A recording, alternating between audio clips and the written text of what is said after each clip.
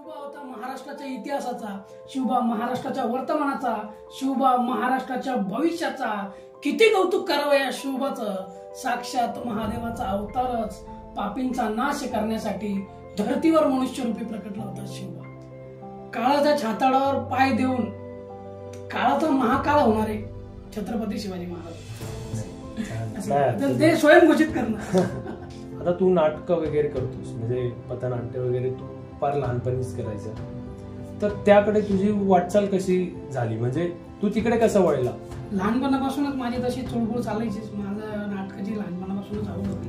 आता असं नाही की भूमिका चॅलेंजिंग नव्हती किंवा काय, की चॅलेंजिंग तर प्रत्येक भूमिका असते, त्याचा काही विषय नाही. कारण त्या भूमिकेला आपल्याला प्रॉपर न्याय द्यावा लागतो. त्यांचं शीश कापून घेतो, मुंडकं कापून घेतो आणि तलवारीवर ठेवतो. आणि त्यांचा डायलॉग आहे, क्यों दत्ता तू तो तेज था रे, बहुत तेज, एवढं बोलून निघून जा. तर भावना दुखावल्या जातात. तर तुझी तो अँगर जे होतं ना, जे अग्रेशननी बोलायला पाहिजे. आणि नंतर मला समजलं की त्या लोकांचा नाटकावर राग नव्हता, त्यांचा पर्टिक्युलर माझ्यावर राग होता. महाराज शामियानापाशी आले, खानाशी महाराजांची नजर झाली. महाराज आत गेले, सूर्य तबकला, वारा स्तब्ध झाला, चित्रगुप्ताची लेखणी थांबली, यमदूताची छाती दडदड लागली.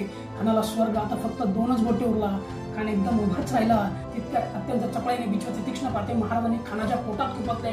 खानाने प्राणांकित आळवळ केली, आ दगा दगा. एक प्रचंड विजय मिळाल्यानंतर ही विश्रांती नाही, विजयोत्सव नाही, नवे संक्रमण, नवी चढाई. शिंगे तुतारत होती, नौबती झडत होत्या, घोडे फुरफुरत होती. बादशाही अंमला खालून मराठी मुलूक स्वातंत्र्य करण्यासाठी असंख्य मराठी तलवारी उसळल्या होत्या. अनेक गर्जना उठली, हर हर महादेव. सुलतानांची होळी झाली, फक्त बोले ढाल तलवार. रक्त माकले म्यानालाही, झाले अन्यायावर वार. दगड घडला सह्याद्रीचा, दगड घडला सह्याद्रीचा. घडल्या खिंडी कडे कपार, पारतंत्राच्या अंधकारात खुलले स्वराज्याचे दार. तर मधले 9 वर्ष तू तुझ्या कलेपासून दूर राहिला. असं नाही म्हणताय ना की पूर्णपणे कलेपासून दूर राहिला, पण नाटकांपासून खास करून तू दूर राहिलास.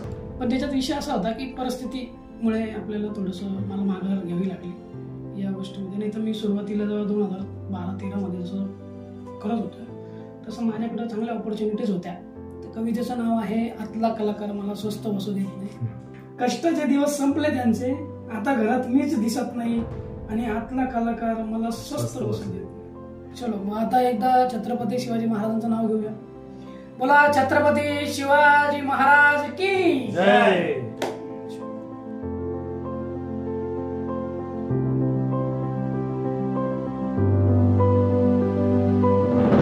नमस्कार मित्रांनो, माझं नाव प्रसाद आहे आणि स्वागत आहे तुमचं आपल्या नवीन युट्यूब चॅनेलवर, ज्याचं नाव आहे अनफिल्टर कलाकार.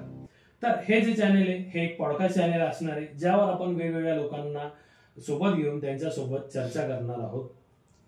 हे चॅनेल बनवण्याचा मेन उद्देश असा आहे की जे कलाकार त्यांच्या कामामुळे आणि त्यांच्या परिस्थितीमुळे त्यांच्या कलेपासून दूर राहिले, अशा कलाकारांना आपण इथे आमंत्रित करणार आहोत आणि त्यांच्यासोबत त्यांच्या कलेविषयी आणि त्यांच्या आयुष्याविषयी चर्चा करणार आहोत. तर आजचा हा आपला पहिला एपिसोड असणार आहे, जो छत्रपती शिवाजी महाराज जन्मोत्सव निमित्त असणार आहे. आणि हा आपला पहिला एपिसोड आपण शिवरायांच्या चरणी समर्पित करून आपल्या चॅनेलला सुरुवात करत आहोत. चला तर मग स्वागत करूया आजच्या आपल्या पहिल्या कलाकाराचं, ज्याचं नाव आहे करण प्रकाश गायकवाड. तर करणची मी तुम्हाला थोडक्यात ओळख करून देतो. तर करण एक लेखक आहे, एक कवी आहे, एक शायर आहे, एक अभिनेता आहे, ज्याने राज्यस्तरीय एकांकिका स्पर्धा, नाट्य स्पर्धा केलेल्या आहेत. तसेच त्याने भरपूर असे व्यावसायिक नाटकं सुद्धा केलेली आहेत आणि जनजागृतीसाठी पथनाट्य सुद्धा केलेली आहेत. तर आजचा हा आपला पहिला एपिसोड छत्रपती शिवाजी महाराज जन्मोत्सव निमित्त असणार आहे आणि त्यामुळेच आपण यांना इथे आमंत्रित केलेलं आहे. याचं कारण असं की करण हे सर्व करताना व्याख्यानं सुद्धा करायचा. छत्रपती शिवाजी महाराजांवर त्याने भरपूर असे व्याख्यानं सुद्धा केलेली आहेत आणि त्याचमुळे आपण करण यांना आजच्या एपिसोडमध्ये आमंत्रित केलेलं आहे. आणखीन एक सांगायचं आहे की करण हा आपल्या चॅनेलचा सहकलाकार सुद्धा आहे आणि माझा लहानपणीचा म्हणजेच बालमित्र सुद्धा आहे. धन्यवाद सगळी. मला ते टेन्शन आलं होतं की तुला पण मला आवाजाव करावं लागतं, पण आपण मित्र आहोत, मित्रासारखे बोलूया. आणि आपल्या प्रेक्षकांना मला सांगायला आवडेल की मला हे जे आपण पॉडकास्ट चॅनल चालू करतोय हे आपण सगळे मिळून चालू करत आहोत आणि छत्रपती शिवाजी महाराज जन्मोत्सवानिमित्त मला बोलण्याची संधी मिळते, तर मला खरंच असं थोडंसं भरून आलंय. पण मग ठीक आहे, आपण करूया, सुरुवात करूया आणि बूम कर देंगे. काहीच विषय Yes, नाही. thank you. नक्कीच नक्कीच. तर करण, आज आपण छत्रपती शिवाजी महाराज जन्मोत्सव निमित्त आज आपण इथे भेटलेलो आहे आणि आपण त्या विषयाकडे वळणारच आहे. पण त्याआधी मला जाणून घ्यायचंय की आता मी तर तुला करण बोलतो आणि तू जे एखादा लेख लिहिलास किंवा एखादी कविता केली तर त्या खाली तू आर्टिस्टच्या नावाच्या इथे कर्ण लावतोस आणि तुझ्या सोशल मीडियावर पण तू कर्ण लावतोस, तर का? असं काही स्पेशल कारण नाही आहे त्याच्यासाठी. लहानपणापासून माझं नाव करणच, ॲक्च्युली करण नाव आहे पूर्ण, करण प्रकाश गायकवाड, तुला माहिती आहे. पण माझी मोठी बहीण जी होती ना, ती मला कर्ण अशी हाक मारायची. तर कर्ण ते थोडंसं तिला वाटायचं काहीतरी, ती हाक मारायची आणि मला एक ते महाभारतात उल्लेख असल्याप्रमाणे जे महारथी कर्ण आहे त्यांचं मी ऐकून होतं थोडं, तर मला ते थोडंसं चांगलं वाटायचं की कर्ण म्हणून. तर ते मी स्वतःकडे ठेवून घेतलं आणि चलो तर ते स्वयंघोषित करणं एवढा काही विशेष नाही त्याच्यामध्ये. तर कारण मला जाणून घ्यायचंय की आता तू नाटकं वगैरे करतोस, म्हणजे पथनाट्य वगैरे तू फार लहानपणीच करायचं, तर त्याकडे तुझी वाटचाल कशी झाली, म्हणजे तू तिकडे कसं वळला? आता त्यावेळेस तर तू 8वी-9वीला असशील, बरोबर, आणि त्यानंतर मी डायरेक्टली तुला पथनाट्य करताना बघायला लागलो. तर मला हे जाणून घ्यायचंय की तू नाटकांकडे कसं वळलास आणि ते इस्टॅब्लिश कसं केलंस, म्हणजे त्यावेळेस सोशल मीडिया नव्हता, तर ते इस्टॅब्लिश कसं केलं? हे बघ सनी, आता मी लहानपणापासूनच माझी तशी चुळबुळ चालायचीच. माझं नाटकाची लहानपणापासूनच आवड होती. मी शाळेत 5वीला असताना पण एक गणपती बाप्पावर नाटक केलं होतं, त्याच्यात उंदराची भूमिका होती आणि बालनाट्य होतं. तर ते तर त्याच्यानंतर तर मग शाळा चालू झाली आणि 10वीला होतो आम्ही. तर मी ट्युशनला मातोश्री क्लासेसमध्ये, तुला माहिती आहे गणेश ताटे सरांकडे. तर तिथं मी क्लासला होतो आणि मी जायचो. तर तिथे जे शिक्षक लोक होते, जे BEd DEdचे शिक्षक लोक होते, ते आम्हाला शिकवायचे. म्हणजे त्यांचं झालेलं होतं एज्युकेशन, पण ते जॉब करत होते तिथे. तर ते आम्हाला शिकवायचे. तर मी ना त्यांच्यातले काही जे शिक्षक लोक असायचे त्यांची नक्कल करायची. तर मित्रांमध्ये मी, पोरांमध्ये मी म्हणून दाखवायचं, करून दाखवायचं. तर पोरं एन्जॉय करायचे. तर मित्र कसे असतात तुला माहिती आहे. एक दिवस काय झालं, शिक्षक दिनच होता 5 सप्टेंबर, आणि त्या दिवशी आम्हाला सगळ्यांना शिक्षक बनवून प्रेझेंट करायचं होतं. तर त्यावेळेस त्यांनी सांगितलं की करण शिक्षकांची नक्कल पण करतो. तर तिथं त्यांनी स्पोर्टिंगली घेतलं, जे शिक्षक होते त्यांनी स्पोर्टिंगली घेतलं. ते म्हणे करून दाखव. तर मी करून दाखवली.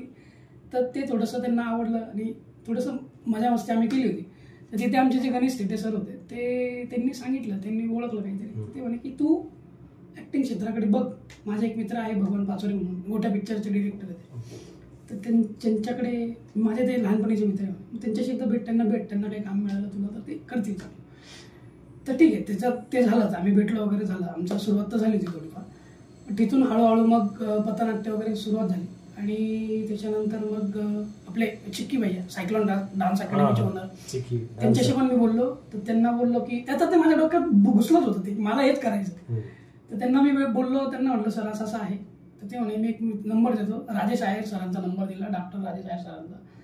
तर त्यांनी मला पहिल्या नाटकात काम दिलं, जे 3 पैशाचा तमाशा म्हणून कालिदास दिनानिमित्त आम्ही प्रेझेंट करणार होतो फ्रीमध्ये. असे आम्ही फ्रीमध्येच करायचो मोस्ट ऑफ दी नाटक. तर ते आम्ही प्रेझेंट करणार होतो कालिदास दिनानिमित्त कालिदास कला मंदिरमध्ये. तर ते जे डॉक्टर राजेश आयर सर आहेत, ते झी मराठीवर चांगले येतात, त्यांचे सिरियल्स वगैरे येतात चांगले. बाजी सिरियलमध्ये त्यांनी दादाजीची भूमिका केली होती. तर त्यांनी नंबर दिला राजेश शर्मा सरांचा, जे कलर्स मराठीवर आता डिरेक्टर, कास्टिंग डिरेक्टर वगैरे आहेत. तर त्यांनी हे सगळ्यांनी मिळून मला एक छोटासा रोल दिला होता. 3 पैशाचा तमाशा, पु ल देशपांड्यांचं पहिलं नाटक होतं ते माझं, पु ल देशपांड्यांनी लिहिलेलं 3 पैशाचा तमाशा. त्याच्यात माझी एक भूमिका होती आंधळ्याची. तर ती भूमिका बघितली एका दुसऱ्या सरांनी, ज्यांचं नाव दिनेश चौधरी सर, जे सिडकोला राहिले, आणि त्यांनी मला त्यांच्या पहिल्या नाटकात लीड भूमिका दिली. माझा रोल काहीच नव्हता त्याच्यामध्ये, फक्त आंधळ्या भिकाऱ्याचा रोल होता. पण त्यांनी बघितलं, ते म्हणे की करण तू करू शकतो, तू कर. तर त्यांनी जे कॅरेक्टर त्यांच्या स्वतःसाठी लिहिलेलं होतं, दिनेशच नाव होतं त्या कॅरेक्टरचं, त्यांनी नाईटवर नाटक लिहिलं होतं, ते कॅरेक्टर मला प्ले करायला दिलं. आम्ही 2 अंकी नाटक पण केलं, राज्यनाट्य पण केलं, कामगारला पण गेलं, कामगारला बक्षीस पण घेतलं होतं. अशी सुरुवात झाली. मग हळूहळू हळूहळू एक एक नाटकं यायला लागली. आत्ताला महादूचं मी तो प्रश्न विचारणारच होतो. आता जस्ट मी नोव्हेंबरमध्येच एक नाटक केलं, पण ते आत्ताचं जे नाटक होते त्याला 9 वर्ष लागले. 9 वर्षानंतर मी जसं 15-16 नंतर मी जसं बंद पडलो तसं मला ते करायला 9 वर्ष लागले. त्याच्यानंतर 9 वर्ष मी फक्त काम आणि संसार तेवढं चालू होतं. तर 9 वर्षानंतर पहिल्यांदा आपण म्हणतो ना की मी लिहिलं पण होतं त्या नाटकाच्या वेळेस की 9 वर्ष पाण्या वाचून तडफडणाऱ्या माशाला पहिल्यांदा समुद्राची भेट झाली. तर आता माघार नाही. आणि मी सुरुवात केली त्या नाटकाला. ते केलं पण चांगलं झालं.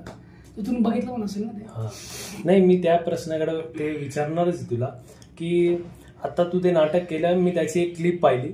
मी आपल्या प्रेक्षकांनाही दाखवल ती क्लिप. म्हणजे खरंच खूप म्हणजे भारी वाटतंय की तू एका मोठ्या प्लॅटफॉर्मवर नाटक करतोय आणि ते जी क्लिप होती ती मनाला भावून गेली. ती मी आपल्या प्रेक्षकांसाठी टाकणारच आहे.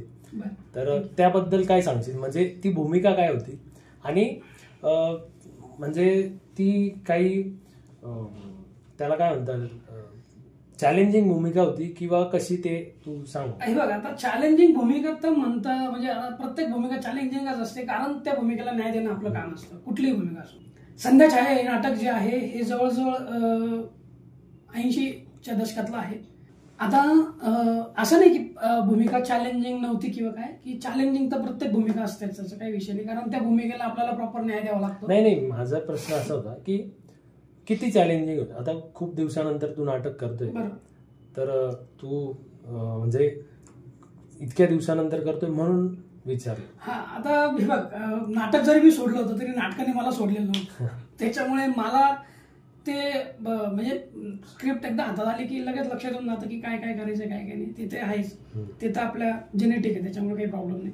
आता याच्यात एक विषय असा आहे की जी भूमिका होती महादूची, हे जे नाटक होतं संध्या छाया, हे नाटक जवळजवळ 80च्या दशकातलं नाटक आहे आणि त्याप्रमाणे तिथे त्याला वावरायचं होतं. माझा डायलॉग नव्हतेच त्या नाटकात, माझे फक्त 2च डायलॉग आहे.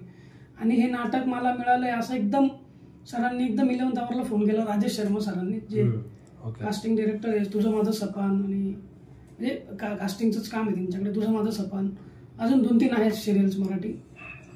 तर त्यांनी फोन केला तर ते म्हणे की कारण अशी भूमिका आहे, करू आपण, तुला वेळ मिळेल का कामातून. मी आता माझा कामाचाच विषय असा की 10 ते 12 किंवा 12 ते 10 माझी ड्युटी असते, त्याच्यामुळे जमत नव्हतं. पण मग कसं तरी मी मॅनेज करून मी म्हटलं सर मी करतो. 2-3 दिवसात गेलो, 4-5 दिवसात नाटक बसलो ना, मी करून टाकलं. तर ती जी भूमिका होती ना, ती भूमिका मला खरं तर खूप आवडली, कारण त्या भूमिकेला डायलॉग नव्हताच.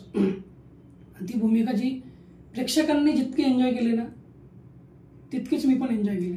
आणि मी तर म्हणतो माझ्यापेक्षा जास्त प्रेक्षकांनी एन्जॉय केली होती, कारण काही ठिकाणी मला असं वाटत नव्हतं की मला इथं काहीतरी प्रोत्साहन मिळेल प्रेक्षकांचं, पण त्या ठिकाणी सुद्धा प्रेक्षकांचा चांगला प्रतिसाद मिळाला.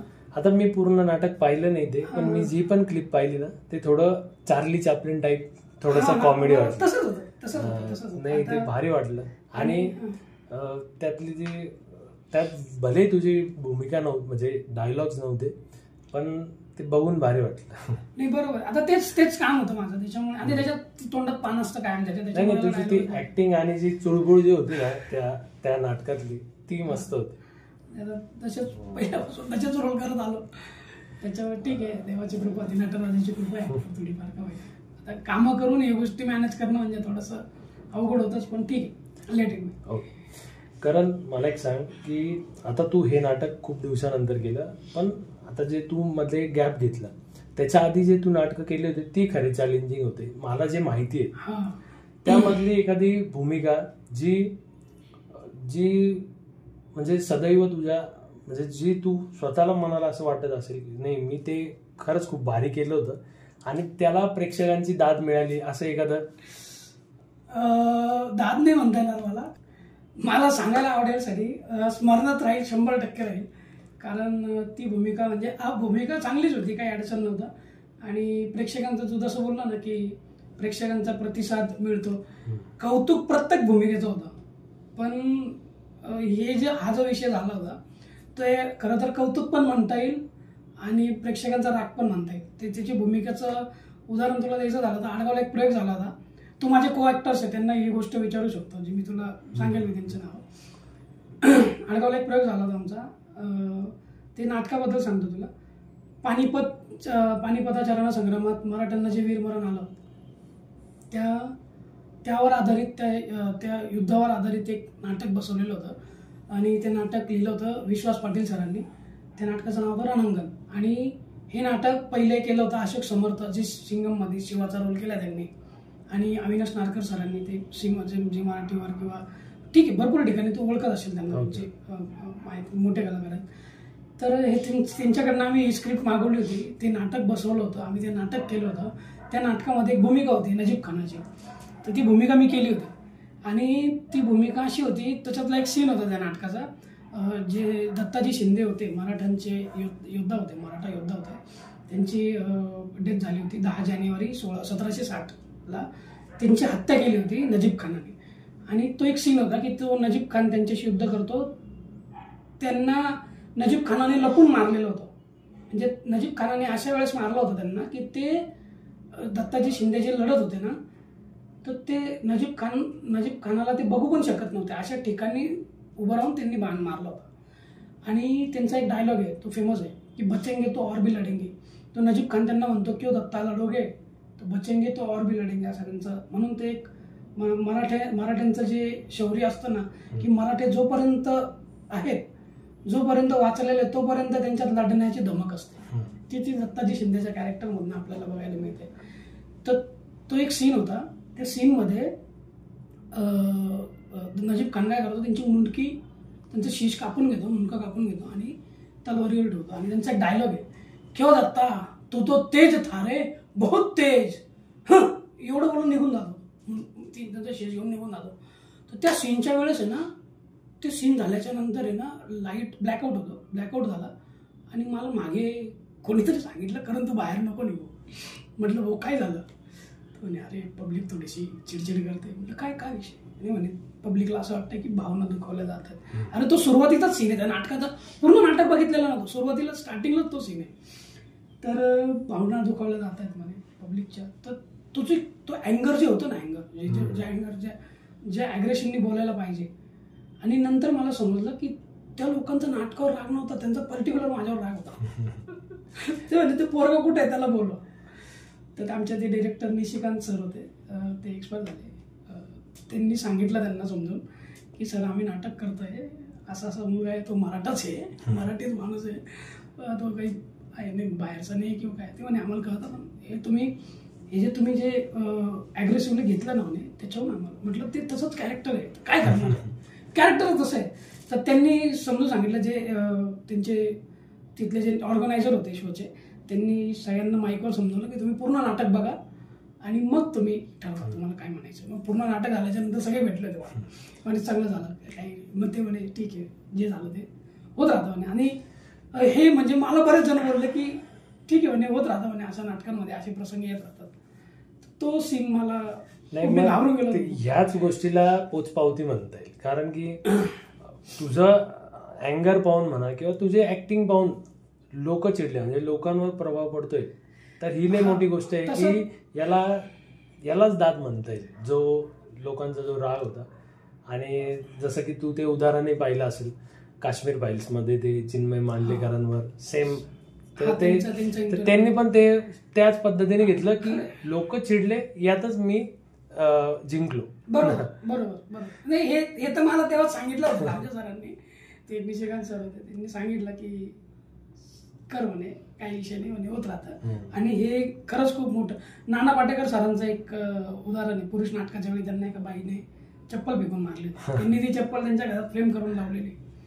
तर हे अभिनयाची पावती प्रत्येकाला मिळत असते. आणि आपण सुद्धा एक ॲज अ प्रेक्षक म्हणून सुद्धा एखाद्याचं जर कॅरेक्टर बघितलं ना, तर त्या कॅरेक्टर विषयी आपण निगेटिव्ह थिंकिंग नाही आपल्याला येतो. म्हणजे एखादं राग येतो की समजा औरंगजेब किंवा अफजल खान याचं नाटक जरी चालू असलं तरी आपण म्हणतो चोप त्याला, चोप. म्हणजे मला तर असं पहिले सुरुवातीला असं वाटायचं की या व्यक्तींना लाज वाटत नाही का की ते शिवरायांच्या विरोधात काम करतात. पण नंतर जेव्हा मी क्षेत्रात आलो त्यावेळेस मला असं समजलं की तितकाच सन्मान ते पण करतात जितका छत्रपती शिवाजी महाराजांचं कॅरेक्टर प्ले करणारे अभिनेते करतात, तितकाच सन्मान औरंगजेबाचं कॅरेक्टर प्ले करणारे पण छत्रपती शिवाजी महाराजांचा सन्मान ठेवतात. तर हे मला ते नंतर समजलं या गोष्टी. पण मग हे जेव्हा आपण पडद्यावर बघतो तेव्हा या गोष्टी लक्षात येत नाही. पण मग एक आपण म्हणतो ना व्हिज्युअलायझेशन जे दिसतं ना आपल्याला ते खरं वाटायला लागतं कधी कधी. तर ते असं होतं. ओके. तर कारण मला एक सांग की आता तू नाटकं वगैरे करतोस, तर तुझं वाचनही भरपूर वाढलं असेल या दरम्यान. म्हणजे जेव्हापासून तू नाटकं करायला लागला त्या दरम्यान तू पुस्तकं वगैरे वाचायला लागला असशील, म्हणजे जे पण नाटक करशील त्याच्या रिलेटेड वगैरे. तर ती जी वाचनाची आवड आहे ही कशी निर्माण झाली, आणि वाचनाची आवड निर्माण व्हावी यासाठी आपण काय केलं पाहिजे म्हणजे प्रेक्षकांनी. कारण माझं एक पर्सनली सांगतो की मी पुस्तक वाचायला घेतो तर मला आळस येतो बाबा खूप. तर मग त्यासाठी तर त्यासाठी काय करता येईल की बाबा ती वाचनाची आवड, आपण समजा एखाद्याला वाचनाची आवड लावायची, तर ॲक्च्युली ते हे माझ्यासाठीच मी विचारतोय प्रश्न, आणि भरपूर लोकांचा हा प्रश्न असेल, तर काय करावं. आता सनी वाचन म्हणजे असं तू जे म्हटलात ना, तू म्हटलात ते माझं पण सेम व्हायचं. माझं पण ते सेम व्हायचं. मी पुस्तक घेतलं की झोप यायची मला. मी कधीच पुस्तकं वाचली नाही. वाचनाची आवड कशी निर्माण झाली तर हे जर म्हणायला हे जर विचारशील तर मी लहानपणी जीकेचे पुस्तकं यायचे ना, त्याच्यात काही गोष्टीची पुस्तकं असायची. आता जसं टोपीवाल्याची गोष्ट किंवा सिंहाची आणि उंदराची गोष्ट, अशा ज्या गोष्टी होत्या तर त्या गोष्टी आपण ऐकलेल्या होत्या, वाचलेल्या होत्या, आणि तिथून थोडंसं वाटायचं, थोडीशी एखादी गोष्ट वाचली की व्हायचं आवडायचं. पण लहानपणापासून आहे ना मला पहिल्यापासून चाणक्य नीतीबद्दल आहे ना खूप, म्हणजे ती सिरियल पण लागायची सह्याद्रीवर, दूरदर्शनवर सिरियल पण लागायची चाणक्य. तर ती चाणक्य नीती जी सिरियल होती ना, ते सिरियलमुळं मला चाणक्य नीतीच थोडंसं म्हणजे क्युरियोसिटी होती की या व्यक्तीबद्दल थोडंसं बघितलं पाहिजे. पण ते मी लहानपणीच, म्हणजे मी खूप वर्षानंतर, मी जेव्हा 11वी-12वीला आलो त्यावेळेस मला ते थोडंसं समोर यायला लागले ह्या गोष्टी. तर मी त्यावेळेस पहिलं पुस्तक माझं चाणक्य नीतीच होतं. माझं लाईफमधलं पहिलं पुस्तक जे पूर्ण वाचलं होतं मी, ते चाणक्य नीती पुस्तक होतं. 100 रुपयाला भेटायचं, आणि त्याच्यात त्यांचे श्लोक आणि त्याचा अर्थ, ते चाणक्य नीती, चाणक्य काय काय सांगतात ते तिथून जशी सुरुवात झाली. त्याच्यानंतर मग हळूहळू छत्रपती शिवाजी महाराजांवर, स्वामी विवेकानंदांवर, असे भरपूर हळूहळू वाचत. म्हणजे असं म्हणता येईल की वाचनाची आवड लावायची तर आपल्या आवडीचा विषय निवडायचा. आणि तुला एक सांगतो मी, आपल्या प्रेक्षकांना पण सांगू इच्छितो की शिवचरित्र वाचताना ना भाई, एखाद्याला आवड जरी नसेल, काही नसेल, तुम्ही शिवचरित्र वाचा. छत्रपती शिवाजी महाराजांवर 2 पानं वाचा, 2-3 पानं वाचा, तुम्हाला वाचनाची आवड निर्माण होऊन जाईल. हे मी लिहून देऊ शकतो. आणि अजून एक सांगेल, ज्या व्यक्तीने शिवचरित्र वाचलेलं आहे तो व्यक्ती म्हणजे त्याच्या आयुष्यामध्ये कधीच डिप्रेशनमध्ये जाऊ शकत नाही. हे मी माझ्याहून सांगतो. ज्यावेळेस शिवचरित्र वाचायला घेतलं होतं त्यावेळेस प्रत्येक, म्हणजे जे प्रसंग होते छत्रपती शिवाजी महाराजांच्या आयुष्यातले, म्हणजे आपण म्हणतो ना की जीव मुठीत धरून आपण प्रत्येक काम करायचं. आणि ती एक म्हण आहे, आपण म्हणतो की जीव मुठीत धरून काम करणे. हे जीव मुठीत धरून हे त्यांनी प्रॅक्टिकली केलंय. छत्रपती शिवाजी महाराज असतील किंवा मावळे असतील किंवा शंभूराजे असतील किंवा शहाजीराजे असतील, त्यावेळेस ते प्रसंगच वेगळे होते. आणि याच्यात मला एक सांगावं असं वाटेल, प्रत्येकाला सांगेल की पुस्तकं वाचायची जर आवड तुम्हाला निर्माण करायची असेल, ॲटलिस्ट मराठी प्रेक्षकांसाठी तरी, तर तुम्ही एकदा छत्रपती शिवाजी महाराज वाचा, तुम्हाला वाचनाची आवड निर्माण होईल. मराठीच काय, हिंदी किंवा इंग्रजीमध्ये पण आता अवेलेबल असतील, आहेच म्हणजे. तर असं म्हणता येईल की इंग्लिशमध्ये जरी वाचायचे असेल तर छत्रपती शिवाजी महाराज सुरुवात केली पाहिजे, 100% केली पाहिजे. आधी मराठी प्रेक्षकांचं सांगायचं तात्पर्य एवढंच की जे बाकीचे प्रेक्षक आहेत ते छत्रपती शिवाजी महाराजांना एक राजा म्हणून वाचतील, आणि जे मराठी प्रेक्षक आहेत ते बाप म्हणून वाचतील. आपला बाप म्हणूनच. राजा तर नाहीच. छत्रपती शिवाजी महाराज छत्रपती झाल्यावर राजे झाले, पण ते सगळ्यात आधी मुघलांचेही बाप होते आणि आपलेही बाप आहे. तर ते झालंच, आणि ते तर आहेच. पण मग जे म्हणजे थोडक्यात वाचनाची आवड जर निर्माण करायची असेल तर छत्रपती शिवाजी महाराज यापेक्षा मोठा विषय नाहीच, म्हणजे नाही का.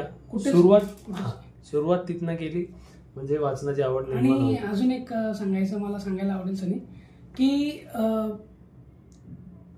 छत्रपती शिवाजी महाराज वाचताना जे प्रसंग येत होते, आता जे प्रसंग येतात, जसं आता महाराजांच्या जन्मापासून हळूहळू स्वराज्य स्थापनेची शपथ, त्याच्यानंतर हळूहळू तोरणा किल्ला, त्याच्यानंतर अफजल खान, त्याच्यानंतर मग हळूहळू पुढे एक एक एक चालत जातात, तसं एक एक किल्ले घेत जातात. तर त्याचे जो प्रसंग येत होता, जसं सपोज अफजल खानचा प्रसंग होता. अफजल खान ज्यावेळेस स्वारी केली होती, अफजल खानाने तुळजापूरचं मंदिर फोडलं, पंढरपूरला हे केलं, देवळं फोडली, पंढरपूरची मूर्ती त्यावेळेस वाचली होती. आणि हा जो प्रसंग होता त्यावेळेस महाराज प्रतापगडावर होते. तर महाराजांची जी घालमेल होत होती जीवाची, ती म्हणजे तो जो सीन होता ते एक आता आई साहेबांचा निरोप घेणं, ज्यावेळेस त्यांना प्रतापगडावर जायचं होतं त्यावेळेस आई साहेबांचा निरोप घेऊन जायचं, आई साहेबांचं त्यांच्याशी बोलणं, ते जो सीन होता ना, तो ते जे लिहिलेलं आहे ते बाई खतरनाक आहे. म्हणजे असं वाटत नाही आपल्याला की पुढे चालून इतका मोठा बलाढ्य आपण इमॅजिन करतो ती गोष्ट. ते तर होतच, व्हिज्युअलायझेशन तर होतच रे समोर असं. आता मला वाचण्याची एवढी आवड नाही, पण मी एक पुस्तक वाचलं होतं आणि शिवरायांवरच होतं ते. वाचलंय खरंच, म्हणजे खरंच वाचलं. तर त्यामध्ये ज्यावेळेस आपण वाचतो ना, त्यावेळेस आपण व्हिज्युअलाइज करतो की ते त्यावेळेस कसे त्यांनी हे केलं कसं ते केलं असेल. व्हिज्युअलायझेशन आग्र्यावरून सुटका, ते तर बियॉन्ड आग्र्याचा विषय तोच विषय तो जो आपण म्हणतो ना, जे तणाव राहतो ना, तणाव व्यक्तीचे आता छत्रपती शिवाजी महाराज जे राजे आहेत त्यांना धरायला किंवा पकडायला किंवा मारायला एक व्यक्ती येतोय, जो व्यक्ती आपण म्हणतो की 10 हत्तींचं बळ आहे त्याच्या अंगात, असा व्यक्ती आपल्या राजाला मारायला येतो. त्या प्रजेचा तणाव, त्या व्यक्तीचा तणाव किंवा जिजाऊ साहेबांचा तणाव. आणि अशा परिस्थितीत ज्यावेळेस छत्रपती शिवाजी महाराज ज्यावेळेस प्रतापगडाकडे निघतात त्यावेळेस सईबाई राणी साहेबांचं निधन, छत्रपती शंभूराजांच्या आईचं निधन, ती बातमी, हे जे आहे, हे जे एक एक चालून येतो ना, तो जो तणाव आहे ना तो आपल्याला जाणवतो. आणि त्या तणावातून बाहेर पडणं, आणि ते नाही का एक आता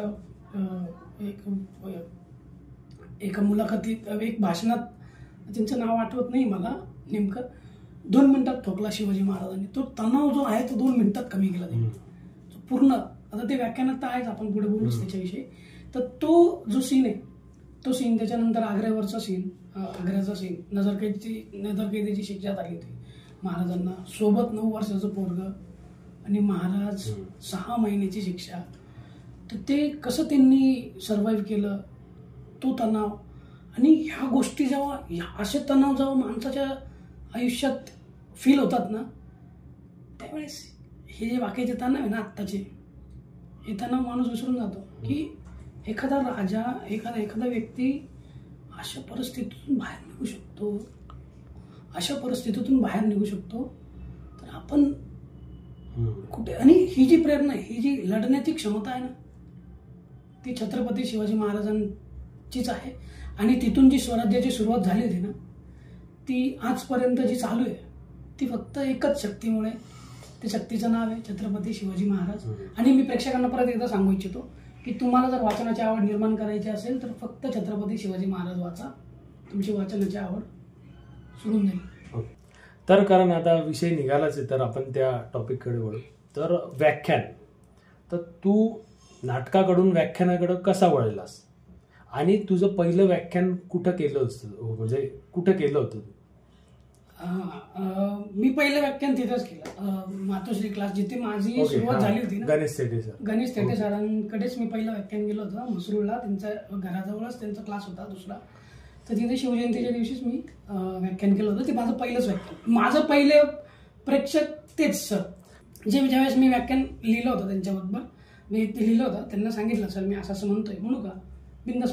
याच्यात मला एक सरांचा उल्लेख करावासा वाटेल, जे माझे अजून एक गुरु आहेत. गणेश तेटे सर तो गुरु आहेच, माझे बरेचसे जे गुरु आहेत ते पण भेटलेत मला त्याच्यात. नितीन हिरे सर, ज्यांना मी जे वाचून दाखवायचो वारंवार, नटराज कला अकॅडमीचे संस्थापक. आपण प्रॅक्टिसला जायचो तिथे नाटकाच्या, त्या प्रॅक्टिसला तिथे हॉलमध्ये, त्या गार्डनमध्ये. त्यांना मी वाचून दाखवायचो. सरांना म्हणायचो, सर असं करू का सर म्हणायचं, कर बिंदास कर. आणि ते ऐकायला पण चांगलं वाटायचं त्यांच्याकडनं, कारण ते तेवढे दिग्गज होते, मुरलेले कलाकार होते. त्याच्यामुळे ते पहिले माझे डिरेक्टर होते, ज्यांनी मला व्याख्यानाचा पुश केलं व्याख्यानाकडे. आणि तिथून गणेश तेटे सरांकडे मी सांगितलं, सर मी असं करतोय, करू का? म्हणजे पहिला प्रयोग तो आपल्याच क्लासमध्ये करशील. आणि सनी मला एक गोष्ट आवडीने सांगायला आवडेल तुला, की हे जेवढे लोक आहेत, इव्हन माझ्या लाईफमधले जे माझे सिनियर आहेत किंवा गुरु आहेत, ज्यांनी मला थोडं शिकवलेलं आहे, तेच किंवा माझ्या कामातले, माझे प्रोफेशनल लाईफमधले जे मित्र आहेत, जे सिनियर आहेत माझे, आणि माझा जवळपास 15 ते 16 वर्षापासून एक रूल आहे. मी हे खरं सांगतो, म्हणजे 15 ते 16 वर्ष झालेत आणि मी कधी शॉक होऊन जातो की मी 15-16 वर्षापासून फॉलो करतोय. तर माझं दर गुरुपौर्णिमेला जे माझे सिनियर असतील, जे बरेचसे लोक करत असतील, पण जे गुरु आहेत माझे, त्यांचं मला दर गुरुपौर्णिमेला एक फोन जातो. म्हणजे तू आज लहानपणापासून जे पण तुला गुरु लागले त्यांना विसरला नाही. मी प्रत्येकाला खरंच खूप भारी गोष्ट आणि बरंच चांगलं वाटलं की तू हे आवर्जून सांगितलंस. आणि असंच केलं पाहिजे. गुरूंना नेहमी लक्षात तरी ठेवलं पाहिजे. ओके, तर कारण आता पुढचा प्रश्न असा आहे की आता तू लेखक आहेस, तू भरपूर गोष्टी स्वतः तयार करतोस, लिहितोस, म्हणजे कविताही करतो. तू असं काही लिहिलंय का शिवाजी महाराजांबद्दल खास? कारण की आज शिवजयंती निमित्त आज आपण भेटलोय, शिवरायांच्या जन्मोत्सव निमित्त भेटलोय. तर असं काही तू जे लिहिलंय का, ज्याला प्रेक्षकांची दादही मिळाली आणि तू ते नेहमी व्याख्यानामध्ये वापरतोस, म्हणजे असा एखादा टॉपिक? आता शिवजयंती निमित्त आपण हा एपिसोड टेलिकास्ट करणार आहोत, तर शिवजन्मोत्सवानिमित्तच एक शिवस्तुती मी तयार केलेली आहे. मी तुला ऐकवतोच, पण सगळ्यात आधी मला एक तुला सांगायचं आहे सरी, की शिवाजी महाराजांवर लिहिणारा मी कोणी नाहीये. कारण मोठमोठ्या संतांनी त्यांच्याविषयी लिहून ठेवलेलं आहे. आणि मला जे आवडलं, जे मी बघतो, त्याच्यातनं मला काही माझे शब्द टाकता आले तर मी ते टाकतो. पण संत तुकोबाराय, जगद्गुरू संत तुकोबारायांनी महाराजांवर किती छान छान अभंग लिहिलेले आहेत. आणि ते आपण दिग्पाल लांजेकर सरांच्या चित्रपटातून आपण ते ऐकलं, हेची येळे देवा नका मागे घेऊ, किंवा रणी एकदा. हे लोकांना माहितच नाही की हे त्यांनी लिहिलेल्या चारोळी आहेत.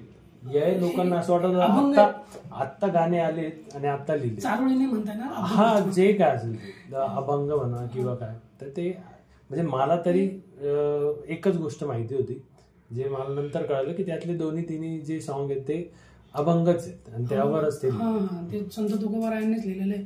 रामदास स्वामींनी लिहिलं होतं, निश्चयाचा महामेरू बहुत जनासी आधार, अखंड स्थितीचा निर्धारू श्रीमंत योगी. इतकी छान सुंदर उपमा त्यांनी छत्रपती शिवरायांना दिलेली, तर आपण कुठंच लागत नाही त्यांच्यासमोर. आणि महाराज तर आपण लेकर आहे महाराजांचे, त्याच्यामुळे आपल्याकडनं काही थोडंफार इकडे तिकडे झालं तर महाराज आपल्याला सांभाळून घेतात. तर मी छत्रपती शिवाजी महाराजांवर एक लिहिलं होतं शिवस्तुती. त्याच्या आधी त्याची थोडीशी पार्श्वभूमी सांगतो, की ज्यावेळेस आपलं महाराष्ट्रात सुलतानांचं राज्य होतं, मुघलांचं ज्यावेळेस राज्य होतं, त्यावेळेस त्यावेळेस महाराष्ट्राची परिस्थिती इतकी वाईट होती की हे जे महाराष्ट्रातले जे लोक होते, तर हा एक मराठा, हा दुसरा मराठा, हे आपापसात लढत होते. मराठा म्हणजे कोणती जात नाही, तर मराठा म्हणजे महाराजांनीच. मराठा म्हणजे कोण, तर अखंड जे आपण म्हणतो 12 बलुतेदार आणि कुठल्याही समाजाचं 18 पगड जाते आणि 12 बलुतेदार, तर ते सगळे मिळून, तर त्याच्यात कोणत्याही समाजाचा असो, कोणत्याही कास्टचा असो, न्हावी असो, महार असो, चांभार असो, मराठा असो, क्षत्रिय असो, कोणी असो, तर सगळेजण ते मराठाच. मुसलमान असला तरी तो मराठा जो स्वराज्यासाठी लढतोय. तर त्याच्या अगोदर जे मराठी होते, महाराष्ट्राच्या मातीत राहणारे लोक होते, ते 2 मराठे आपापसात लढून मरत होते मुघलांच्या सत्तेसाठी. आणि त्यावेळेस त्यांचा म्हणजे आपल्यावर मराठी संस्कृतीवर किंवा हिंदू संस्कृतीवर किंवा भारतीय संस्कृतीवर इतका त्यांचा दबदबा होता किंवा आपण म्हणता येईल की त्या गोष्टी त्यांच्या लादल्या जात होत्या. जसं आता पाश्चात्य संस्कृती आपल्याकडे लादली जातं म्हणता येईल किंवा पाश्चात्य संस्कृतीचा आपल्यावर प्रभाव आहे की आपण कधी कधी इंग्रजी बोलायला सुरुवात करतो बोलता किंवा काही मॅडी, सनी असे काही नावं आपण ठेवतो. आता हे जे नाव होते त्यावेळेस फारसी, उर्दू अशा भाषांमध्ये ते नावं ठेवली जात होते. आता छत्रपती शिवाजी महाराजांचे सख्खे काका शरीफजी राजे हा फारसी शब्द आहे. शरीफ म्हणजे भोळा, त्याला आपण फारसी शब्द येतो. ते त्या सुफी संत होते. शरीफ आणि शहा हे 2 सुफी संत होते. म्हणजे सुफी संत म्हणजे मुस्लिम समाजाचे धर्मगुरू, त्यांच्या नावावरून हे नाव ठेवलेलं आहे. म्हणजे आपण महाराष्ट्रात राहतो, हिंदू धर्माला फॉलो करतो, हिंदुत्वाला फॉलो करतो, तरी पण त्या गोष्टी इतक्या आपल्याला लादल्या गेल्या होत्या आणि ह्या गोष्टी आपण ठीक आहे आपण प्रेम भावनेने ठेवलं त्यांचं नाव, पण हे दोन्ही नावं म्हणजे फारसी आणि उर्दू शब्दाचे नाव आहेत. तर अशा गोष्टी घडत होत्या. अशा वेळेस जवळजवळ 250 वर्ष उलटून गेली होते. छत्रपती शिवाजी महाराजांचा जन्म होतो शिवनेरी किल्ल्यावर आणि तिथून मग जे वातावरण बदलतं ते वातावरणात जे मी शिवाजी महाराजांचा जो स्तुती आहे ते त्यांच्या जन्माची वेळीची त्यावेळेस काय वाटलं असेल कोणाला, म्हणजे थोडक्यातच सांगतो. तर ती जी स्तुती होती मी महाराजांवर लिहिली होती छत्रपती शिवाजी महाराजांच्या जन्मावेळेची, तर ती मी तुला सांगतो. तर महाराष्ट्रात जवळजवळ 350 वर्षाची काळरात्र होती, पारतंत्र्याची काळरात्र होती आणि जवळजवळ 250 वर्ष उलटून गेली होती. आणि या 250 वर्षानंतर 19 फेब्रुवारी 1630 स्वस्ती श्री शालिवाहन रूपशके 1551 फाल्गुन वद्य 3 ला शिवनेरीवर आईसाहेब जिजाऊ साहेबांच्या उदरी एक पुत्र जन्माला आला आणि शिवनेरीवर जन्म झाला म्हणून पुत्राचं नाव, त्या बाळाचं नाव शिवाजी ठेवण्यात आलं. शिवाजीला सगळेजण लाडानं शिवबा म्हणत. या शिवबाच्या जन्मानंतर शिवनेरीचं वातावरण अत्यंत प्रसन्न होतं, कारण शिवनेरीला काहीच घेणं देणं नव्हतं. महाराष्ट्रात कोण सत्ता करतंय, महाराष्ट्रातले मराठे कसे लढतायत, कसे मारतायत. शिवनेरीला फक्त एकाच गोष्टीचा आनंद होता आणि तो म्हणजे छत्रपती शिवाजी महाराजांनी तिच्या कुशीत जन्म घेतल्याचा. तिकडे सह्याद्री खळखळून हसत होता, जणू शिवबाचीच वाट बघत होता. या शिवबाच्या जन्मानंतर दोघेही खूप आनंदित होते. ते इतके आनंदित होते आणि असणारच, कारण शिवबा होताच शिवनेरीचा, शिवबा होता सह्याद्रीचा, शिवबा आई जिजाऊ साहेबांचा, शिवबा शहाजी राजांचा, शिवबा शंभू महादेवाचा, शिवबा तुळजाभवानीचा, शिवबा प्रभू श्री रामचंद्रांचा, शिवबा माझ्या मारुती रायाचा, शिवबा संतांचा पंतांचा, शिवबा सुवासिनींच्या पतींचा, शिवबा सौभाग्याचा, शिवबा भगव्या रंगाचा, शिवबा सुलतानांच्या शिमग्यांचा, शिवबा मराठ्यांच्या पाडव्याचा, शिवबा होता महाराष्ट्राच्या इतिहासाचा, शिवबा महाराष्ट्राच्या वर्तमानाचा, शिवबा महाराष्ट्राच्या भविष्याचा. किती कौतुक करावं या शिवबाचं, साक्षात महादेवाचा अवतारच पापींचा नाश करण्यासाठी धरतीवर मनुष्यरूपी प्रकटला होता शिवबा. वा, कारण ते थोडं झालं पुढे मागे, पण ही स्तुती होती महाराजांची. खूप भारी होतं. म्हणजे आता शब्दच नाही माझ्याकडे, म्हणजे काटा आला अंगावर. आणि खरंच सांगू, ऐकत राहावं असं वाटत आणि अजून असं वाटत आणखीन थोडं मोठं व्हायचं होतं. खरंच खूप छान होतं. हे खरंच मी, आणि हे तू लिहिलंय स्वतः? मी स्वतः लिहिलंय. अरे वा. तू हे सुचलं कसं? म्हणजे आता ठीक आहे, तू त्या टायमाला जे तू बोलला सुवासिनी वगैरे हे त्या ठीक आहे, पण तू हे जेवढं जे रचलंय हे सुचलं म्हणजे फार मोठी गोष्ट आहे. नाही म्हणजे सुचना म्हणजे आता साधी म्हणजे तू नेमकं तू लिहिताना तुझ्या डोक्यात काय असतो विषय, म्हणजे किंवा मी आता म्हणजे हा प्रश्न मला तुला ऍक्च्युली विचारायचाच आहे. लेखन करतोस तू, मी तुझं भरपूर ऐकलेलं, कविता पण ऐकल्या, तर तू लेखन करताना तुझ्या डोक्यात काय असतं, किंवा तू असं तुझ्या असं कम्फर्ट झोनमध्ये जातो किंवा शांततेत जातो, किंवा कसं ते सुरुवात होती, म्हणजे त्याची प्रोसेस कशी राहते? हे आता लेखन विचार माणसाच्या डोक्यात विचार चालूच असतात. एखादा विचार आला की आपण कुठेतरी लिहून ठेवतो. आता नोट्स आहेत आपल्याकडे फोन. हा, पण ते जुळवत कसं जातो, म्हणजे मोठं कसं होतं त्याच्यात विषय असा असतो की बऱ्याचदा लिखाण करायचं म्हटलं ना तर आपण आपले शब्द रचून घ्यायचे. म्हणजे शब्द म्हणजे भावना रचायच्या. पहिले सगळ्यात पहिले भावना काय असतात, आपल्याला कुठल्या भावनेनं सादर करायचं, ती भावना आली पाहिजे सोप्या शब्दात. आणि त्या सोप्या शब्दाला अलंकारिक शब्दामध्ये ज्यावेळेस आपण कन्वर्ट करतो त्यावेळेस त्याची एक कविता तयार होते. आता माझी भावना काय होती या स्तुतीतून, माझी भावना काय होती की खरंच ते सगळे जर वाट बघत असतील महाराजांची, की त्यावेळेस परिस्थिती इतकी वाईट होती की त्यांना कोणीतरी पाहिजेच होतं जो या परिस्थितीला आळा घालेल. आणि मी अजून एक शब्दाचा उल्लेख करायचा राहिलं माझं, सॉरी थोडं भरून आलं मला. एक छोटासा एक उल्लेख करायचा राहिला.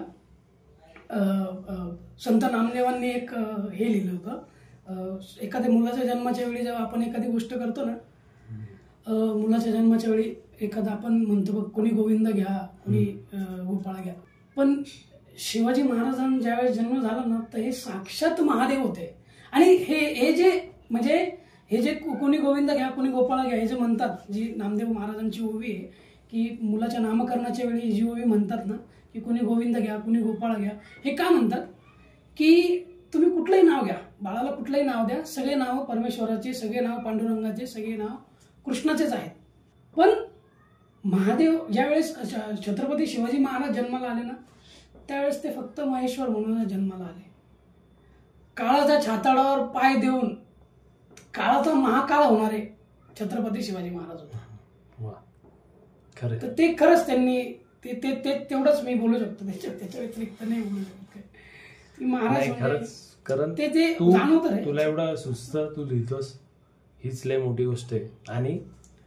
आणि तू लिहिलेलं ऍक्च्युली आता तू लिहिलेल्या लोकांना पण आवडलं पाहिजे आणि ते आवडते, हे पण एक मोठी गोष्ट आहे ना. ते पण आहे.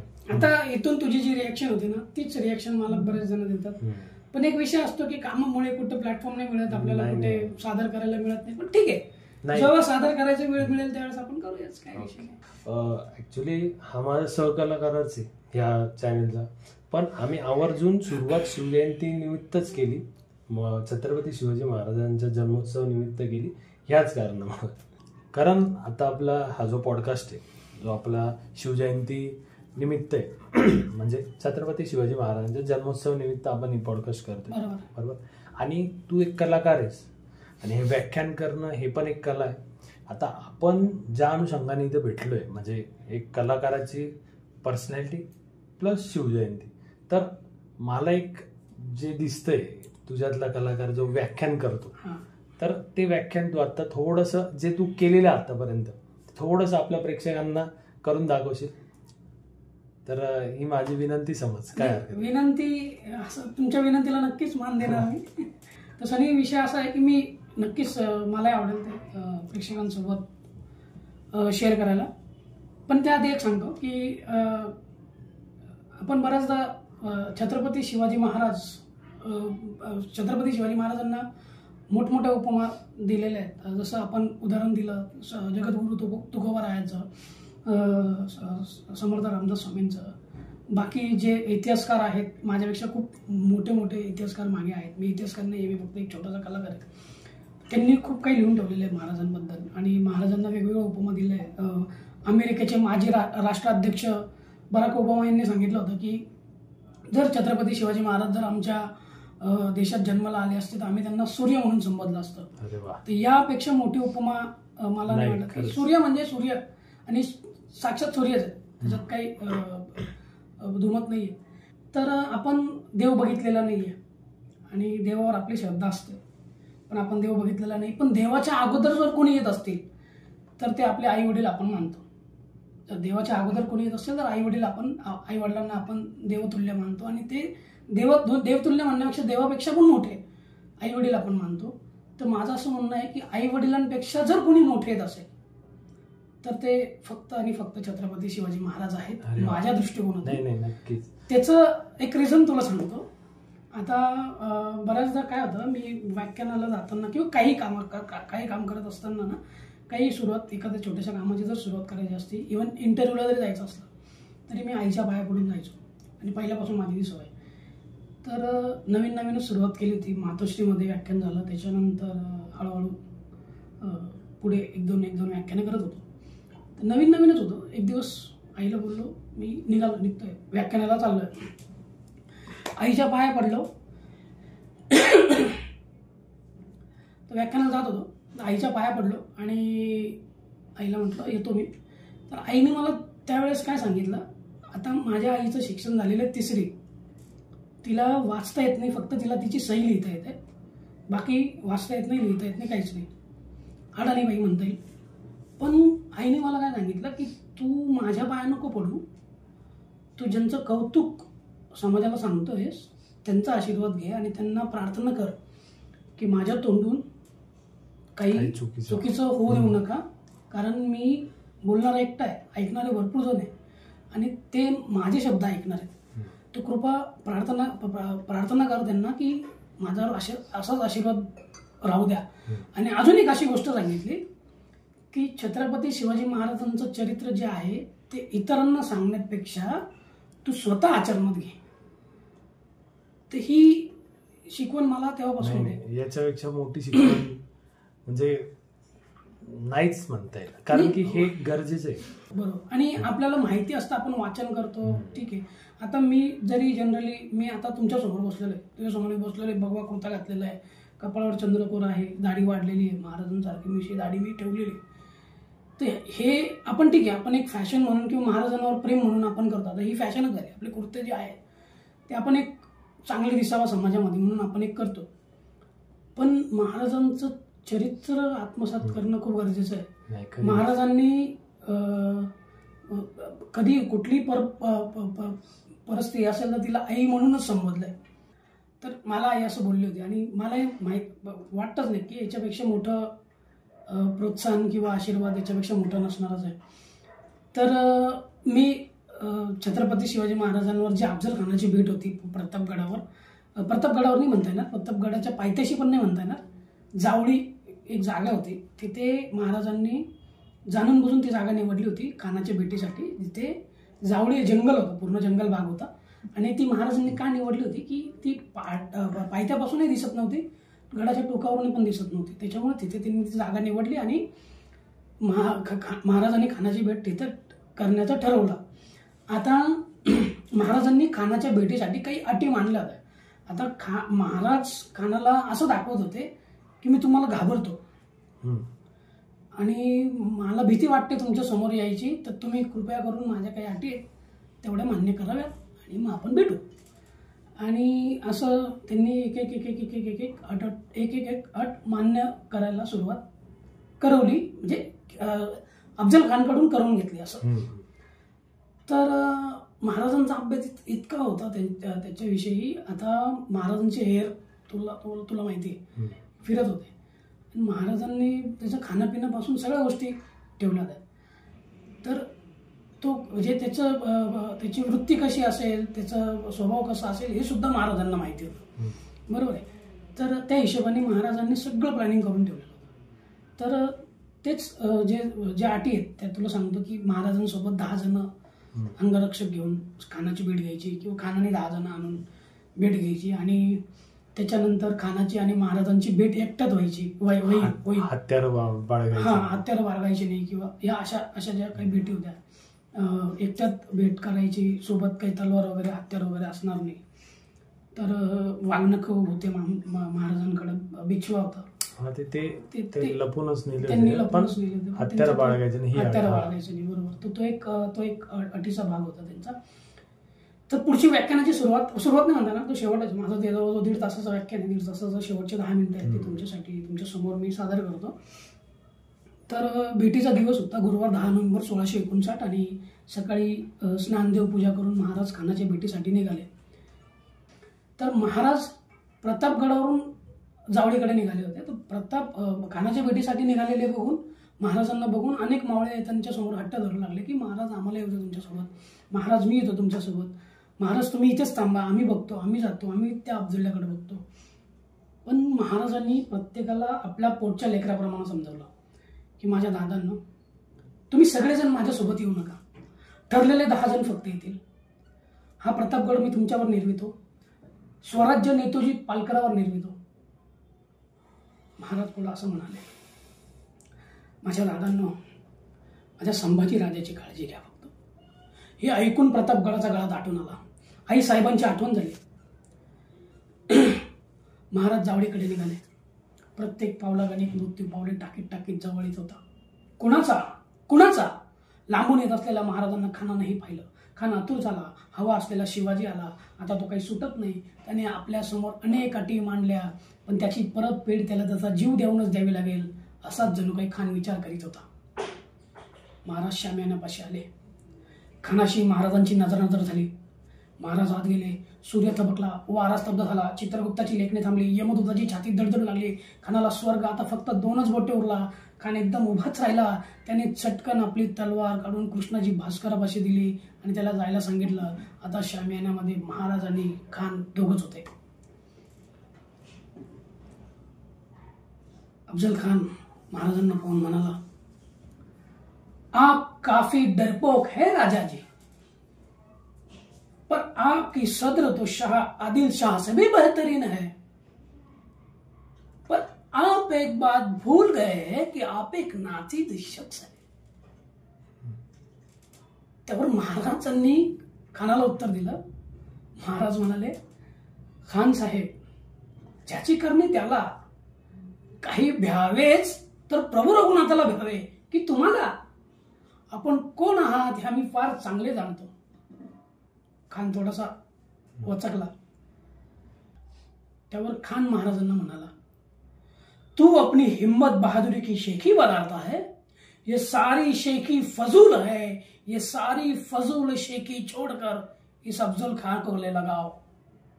डोंगरासारखा धिप्पाड देह महाराजांसमोर चालून येत होता. या धिप्पाड खानापुढे महाराज अगदीच खुजे होते. खानानं महाराजांना आलिंगन दिलं. या धिप्पाड खानाच्या छातीला महाराजांचं डोकं लागलं आणि आणि आणि खानानं एकदम घात केला. महाराजांची मान आपल्या डावाकाकेत धरली, दाबली आणि कसकन कट्ट्यार महाराजांच्या कुशीत खुपसली. कट्ट्यार खरकली. अंगारका फाटला. आत चिलकत होते. तितक्यात अत्यंत चपळाईने बिचवते तीक्ष्ण पाते महाराजांनी खानाच्या पोटात खुपसले. खानाने प्राणांकित आळोळ केली. दगा दगा. फळकन कातडी बाहेर आली. रक्ताचा धबधबा सुरू झाला. कसे घडले खानालाही उमगले नाही. शाम्यानं बाहेर खान आणि महाराजांच्या रक्षकांची झुंज जुंपली.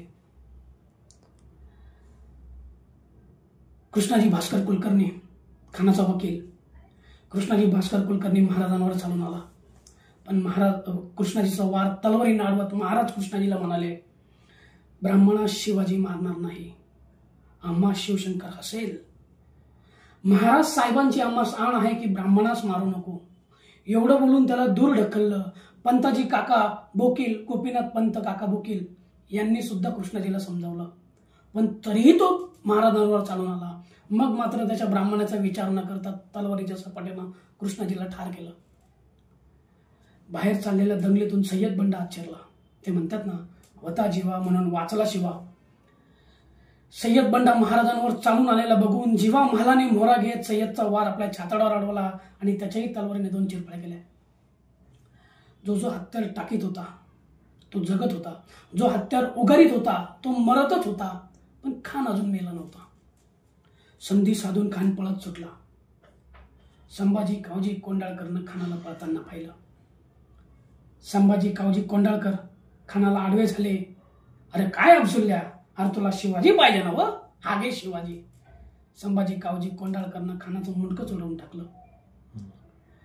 अफजल खान ठार झाल्याची बातमी आई साहेबांना राजगडावर समजली. अवघ्या मावळ मुलखाच्या उरी चिंतेचा डोंगर पडला होता. तो उधळून दूर फेकला गेला. हौस होती अफजल खान मरावा. ती हौस शिवाजीने पुरवली. जगदंबेची ओटी खानाच्या मुंडक्याने भरली गेली. संभाजी राजांचे उसने पिटले. संभाजी राजे शिवाजी महाराजांचे सख्खे थोरले बंधू याच खानाच्या दुष्ट कुचराईमुळे ठार झाले होते. ते उसने सुद्धा आज शिवाजीने फेडून काढले होते. अफजल खान तर मेला, पण आता त्याच्या प्रेताचे काय? फेकून द्यावे ते नाही.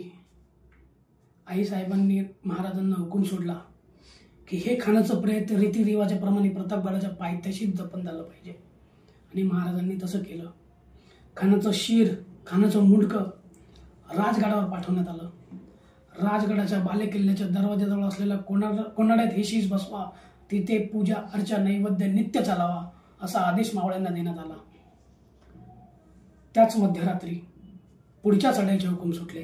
एक प्रचंड विजय मिळाल्यानंतर ही विश्रांती नाही, विजयोत्सव नाही, नवे संक्रमण, नवी चढाई. शिंगे तुतारत होती, नौबती झडत होत्या, घोडे फुरफुरत होती. बादशाही अंमलाखालून मराठी मुलूक स्वातंत्र्य करण्यासाठी असंख्य मराठी तलवारी उसळल्या होत्या आणि गर्जना उठली, हर हर महादेव. खरंच काटा आला अंगावर. तर करण, आणखीन एक कला आहे तुझ्याकडं आणि तू त्या कलेमध्ये मला जास्त ऍक्टिव्ह वाटतोस. म्हणजे तू कविता करतो. प्रेक्षकांना सांगायला आवडेल मला की करण खूप छान कविता करतो आणि त्याच्या भरपूर कविता मी स्वतः ऐकलेल्या आहे, ज्या वेगवेगळ्या विषयांवर आहे. म्हणजे गोदावरी नदी, रावण, शिवाजी महाराज. तर आजच्या या कार्यक्रमाच्या निमित्ताने, म्हणजे शिवाजी महाराजांच्या जन्मोत्सव निमित्ताने, तू जी शिवाजी महाराजांवर केलेली कविता आहे ती आता ऐकवशील आपल्या प्रेक्षकांना. बरं, मी कविता ऐकवतो, पण मग मी वाचून सांगितले चालेल? कारण शब्द जे आहेत ना ते मागे पुढे नको व्हायला. काय तेवढं फक्त फोन. थँक्यू. तर कवितेची सुरुवात अशी आहे सनी. सुलतानांची होळी झाली, सुलतानांची होळी झाली, फक्त बोले ढाल तलवार, रक्त माकले म्याना लाही, झाले अन्यायावर वार. दगड घडला सह्याद्रीचा, दगड घडला सह्याद्रीचा, घडल्या खिंडी कडे कपार, पारतंत्राच्या अंधकारात खुलले स्वराज्याचे दार. प्रकाशमय झाला मावळ, प्रकाशमय झाला मावळ, नडल्या समशेरीच्या बाती, मर्द मावळ्यां पुढं झुकल्या अमावस्येच्या राती. नियतीचा हा खेळ नव्हताच, नियतीचा हा खेळ नव्हताच, होती मनगटाची ख्याती, मात्र भगव्या पुढे सुटले दार, सुटली सारी नाती. सवाल होता स्वातंत्र्याचा, सवाल होता स्वातंत्र्याचा, मागे तुळजाभवानी माय, रोहिडेश्वराची शपथ होती, पुढे बलाढ्य शत्रू अनकाय. भाळी कुंकू सुवासिनीच्या, भाळी कुंकू सुवासिनीच्या, आले उंबरठ्यावर पाय, जिजाऊचा शिवबा मला जेव्हा लाभला राजा शिवराय, जिजाऊचा शिवबा मला जेव्हा लाभला राजा शिवराय. धन्यवाद. वाह, कारण कविता तू स्वतःच लिहिली. हा, मस्त होती. ही कविता असं थोडीफार लिहित असतो आता. नाही, मला प्रेक्षकांना खरंच सांगायला आवडेल की करण खूप छान कविता. आता तुम्ही ऐकलीच एक कविता, तशा मी भरपूर कविता ऐकल्या आहे आणि म्हणून मी त्याचं कौतुक करतो ॲक्च्युली. आणि त्याही कविता तुम्हाला ऐकायला मिळतील जसा प्रसंग येईल त्याप्रमाणे. ओके, तू सगळं काढूनच घेशील. पुरा कंटेंट मी काढून घे. ओके, काही विषय नाही. कारण तुला आठवतंय आपण एक नाटक बसवलेलं होतं. म्हणजे ऍक्च्युली आम्ही पथनाट्य करणार होतो. म्हणजे करणचीच ती संकल्पना होती आणि जनजागृतीसाठीच ते नाटक होतं. कारण त्यावेळेची परिस्थिती वेगळी होती. त्यावेळेस त्याच ऍक्च्युली जनजागृतीसाठीच ते करायचं होतं आणि परिस्थिती अशी वेगळी होती की त्यावेळेस डीजे वगैरे वाजायचे. डीजेला विरोध नव्हता, पण त्यावेळेसचे जे गाणे होते ते गाण्यांवर शिवजयंतीच्या दिवशी शिवाजी महाराजांच्या मिरवणुकीत जे लोक नाचायचे किंवा दारू घेऊन नाचणारे लोक किंवा गाडीला मोठमोठे झेंडे लावणारे. तुम्हाला बोलला होता की बरोबर. मी ऍक्च्युली एकाला विचारलं की शिवजयंती बद्दल सांग, म्हणजे तारीख तरी सांग पूर्ण. तर त्याला पूर्ण तारीखही सांगता आली नाही, फक्त 19 फेब्रुवारी. म्हणजे त्याला शिवरायांबद्दल काहीच माहीत नव्हतं. पण त्याने एवढा मोठा झेंडा लावला होता, 11 फूट, आठवते तुला? आणि तेव्हापासून मी याला बोललो, म्हणलं यार हे दरवर्षी होतं यांचं आणि यावर आपण काहीतरी करायला पाहिजे. तर याने तूच सुचवलेलं. मी बोललो, पण त्याच्यात एक विषय होता, तो पहिले क्लिअर करतो. तर हा फक्त हा विषय त्यांच्यापुरता मर्यादित होता. ठीक आहे, मला मान्य होतं की सनीने जसं बोलला होता की शिवाजी महाराजांविषयी प्रत्येकाला इतकं माहिती नसते.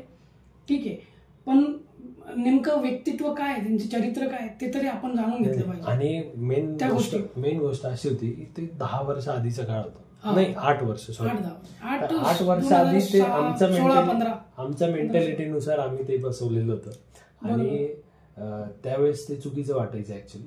आता ठीक आहे, शिवाजी महाराज भलेही प्रत्येकाला माहिती नसती पण आदर आहे ना. हा, तर ही मोठी गोष्ट आहे. पण ते विषय काढायचा असं ठरलं की कलाकार आहे, आपण कलाकाराच्या कलाबद्दल बोलतोय आणि त्यावेळेस सुद्धा फार छान असं नाटक लिहिलं होतं आणि ते बसवलं नाही ती बात वेगळी. हा, बसवलं नाही कारण चांगले कलाकार मिळालेले होते.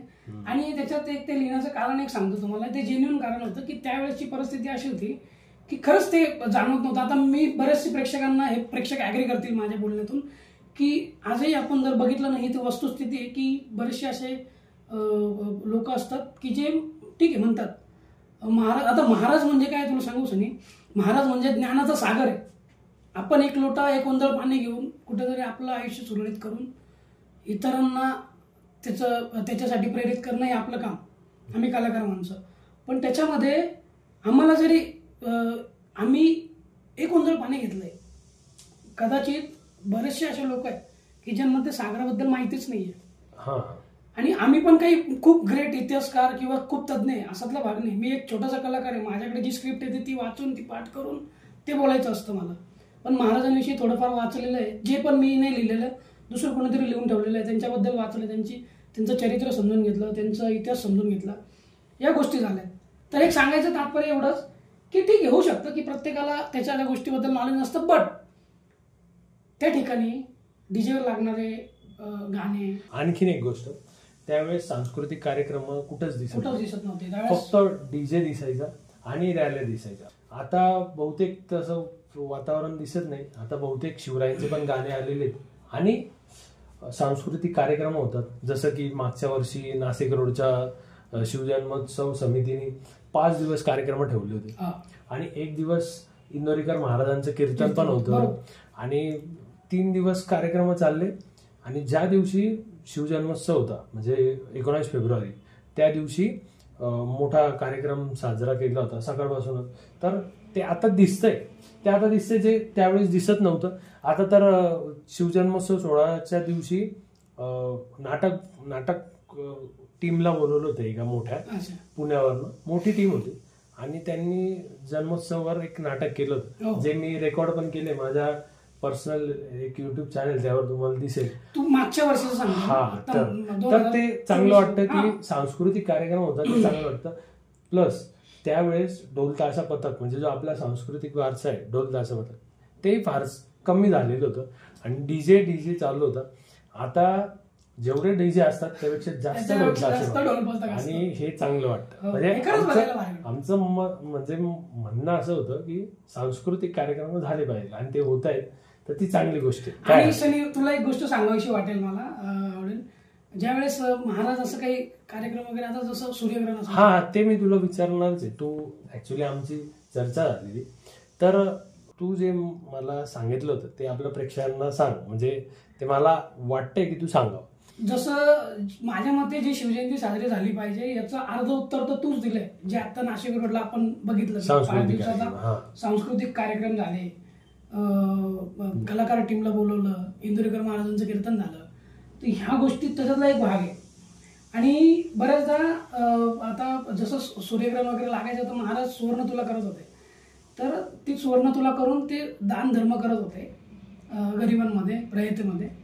तर अशा वेळेस आपण पण या काही गोष्टी करू शकतो. आता बऱ्याचदा शिवजयंती निमित्तच नाही, आता अजून एक सांगतो तुला की शिवजयंती एकच दिवशी साजरी नाही करायची, तर डेली केली तरी चालेल. पूर्ण 365 दिवस शिवजयंती साजरी केली तरी चालेल. 365 दिवस तुम्हाला काही एखाद्याला मदत करता आली किंवा कोणाला एज्युकेशनला पैसे कमी पडतात, आता आरटीचे फॉर्म सुटले होते, कोणाचा एखाद्या गरीब विद्यार्थ्याचा आरटीमध्ये नंबर लागला तर लावू द्या. तुमच्याकडनं काही माहिती असेल तर भरून. माझा एक मित्र आहे सायबर कॅफेवाला, तो आरटीचे फॉर्म फ्रीमध्ये भरून देतो. ही सेवा झाली. तर आपण बस आपल्या समाजासाठी सेवा करणं हीच आपल्या छत्रपती शिवाजी महाराजांना मानवंदना असणार आहे. बाकी मला नाही वाटत. एखाद्याला पुस्तकं दान करा, ज्ञानदान करा, अर्थदान करा, अन्नदान करा, मदत करा, बस सिंपल. कारण आता एक जो विषय आपला थोडा सेन्सिटिव्ह नाही म्हणते ना, थोडा तुझ्या लाईफबद्दल की आता तू आधी नाटकं करायचा, पथनाट्य करायचा, तो काळ तसं पाहिलं गेलं तर फार जुना झाला, म्हणजे जुना 10 वर्ष. 10-12 वर्ष. तर मधले 9 वर्ष तू तुझ्या कलेपासून दूर राहिला. असं नाही म्हणता येणार की पूर्णपणे कलेपासून दूर राहिला, पण नाटकांपासून खास करून तू दूर राहिलास. तर त्याचं कारण काय होतं? म्हणजे आता तू आधी मला भेटायचास त्यावेळेस तू नेहमी नाटकांचा विषय यायचाच, आपण बोलायचो जेव्हा. नाटकाविषयी बोलायचं. आणि नंतर जेव्हा पण तू मला भेटलायस, म्हणजे नंतरच्या काळात, तर तू एकतर कामावर नेताना किंवा कामावर जाताना. तर मला काय वाटायचं, मला लिटरली असं वाटायचं की लग्नानंतर माणसं चेंज होतात, तसा विषय आहे काय. पण ऍक्च्युली तसं नव्हतं ते. आता कारण मला तुझ्याकडनं जाणून घ्या. भाऊ, लग्नानंतर माणूस लय चेंज होतो. माझ्यात काही चेंज नाही एवढा. बायकोचा जो विषय, बायकोचा जो धाक आहे ना, तो साक्षात महादेवाला नाही टळलाय. तर आपण तर माणसं आहे, त्याच्यामुळे लग्नाचा विषय तर वेगळाच आहे. पण ठीक आहे, लग्न झाल्यानंतरच माझं हे नाटक वगैरे कमी झालं. पण त्याच्यात विषय असा होता की परिस्थितीमुळे आपल्याला थोडंसं मला माघार घ्यावी लागली या गोष्टीमध्ये. नाही तर मी सुरुवातीला जेव्हा 2012-13 मध्ये जसं करत होतो तसं माझ्याकडं चांगल्या ऑपॉर्च्युनिटीज होत्या मुंबईमध्ये वगैरे. तर तिकडे आई वडिलांना सोडून जाणं मला शक्य झालं नाही, कारण वडील आजारी असायचे, तुला माहिती. सगळी विषय तुला माहिती आहे, आपण फक्त प्रेक्षकांसाठी बोलतोय. तर हा विषय आहे. आणि त्याच्यामुळे थोडंसं मी कामाकडे फोकस करायचो. हळूहळू नाटकं कमी करायला लागलो. मध्यंतरी जे 2018 मध्ये लग्न झालं आणि शिवजयंतीच्या दिवशीच झालंय लग्न, 19 फेब्रुवारी. तर ते लग्न झालं आणि 1 महिन्यातच पप्पा एक्सपायर झाले माझे. तर त्याच्यामुळे थोडंसं लक्ष मी इकडे दिलं, म्हटलं नको. त्याच्यानंतर खुशी, गौरी, मुली झाल्या. चालू आहे हळूहळू थोडंसं कामाकडे व्यवस्थित लक्ष चालू आहे. कामाकडे लक्ष चालू आहे आणि काम पण करतं. आता कुठेतरी मला थोडंसं स्टेबल होत आलं आहे. तर आता थोडासा वेळ मिळतो, त्याच्यामुळे थोडंफार मी आता राज्यनाट्यामध्ये पण मी जे काम केलं ते माझं संध्याकाळी 8 वाजेनंतर ते 9:30 पर्यंत 1 तासाची 1.5 तासाची जी तालीम व्हायची नाटकाची, तेवढंच याच्यात मी केलं आहे. तर असं नाही की मी आत्ता पण, आणि कलेचा विषय असायचा नाही की कला माणसाच्या आयुष्यात आहे ना. मला असं वाटतं पहिल्यापासून, लहानपणापासून, म्हणजे जेव्हापासून मग कळायला लागलं, ज्या वेळेस मी नाटक वगैरे करायला लागलो त्यावेळेस मला एक गोष्ट नक्कीच लक्षात आली की मनुष्याला ना एका गोष्टीचं वेड पाहिजे आयुष्यामध्ये. कुठली तरी एकच गोष्ट, ज्या गोष्टीसाठी मनुष्य काहीही करायला तयार होऊ शकतो. आणि एका कलाकाराच्या आयुष्यामध्ये ती गोष्ट फक्त कलाच असते. जे कलाकार आपण बघतो, आता कलेचा विषय असा आहे की मी असेही कलाकार बघितलेले आहे जे म्हणजे माझ्याबरोबर काम केलेलं आहे आणि ते आज खूप मोठ्या दर्जावर आहे. जसं मी तुला राजेश आयर सर सांगितलं, राजेश शर्मा सर सांगितलं, त्यानंतर एक गणेश सरकटे माझा मित्र आहे, तो पण आता चांगल्या ठिकाणी आहे. आणि असेही कलाकार बघितले ज्यांनी माझ्याबरोबर काम केलेलं आहे, पण कलेमुळे म्हणजे नाटकात जाण्यासाठी त्यांनी खूप प्रयत्न केले, खूप त्यांचं सगळ्या गोष्टी झाल्या. पण आज त्यांच्याकडं, माझ्याकडे ॲटलिस्ट जॉब तरी आहे, पण त्यांच्याकडे तोही नाही आहे. नाटकात तर नाहीच काही, पण मग दुसरीकडे असं कुठंतरी भटकत जातो माणूस. तर ती भीती मला होती कायम. आणि आपले नेताजी दादा भोईर, तुला माहिती असतील, नेताजी दादा भोईर त्यांचे किती नाटकं गाजलेले आहेत. ते कायम बक्षीस वगैरे घ्यायचे. तसं काही होतं. किंवा मग कधी कधी एखाद्या कलाकाराविषयी वाटतं की यार हा कलेमुळे वाया गेला की काय मुलगा किंवा जे कोणी कलाकार असेल. तर ती भीती मला कायम राहायची की आपण आपल्या आयुष्यात आपल्याकडे काहीच नाही आहे आणि आपण त्या गोष्टीकडे जर सगळ्या घेऊन जर त्याच्या मागे पळालो तर मग कदाचित हे पण नको जायला आणि जो कुठंतरी स्टेबल होतं. तर मग ते एक जो टर्निंग पॉईंट होता माझा लग्नाचा, तो माझ्या आयुष्यातला टर्निंग पॉईंट ठरला आणि मी थोडंसं इकडं वळालो.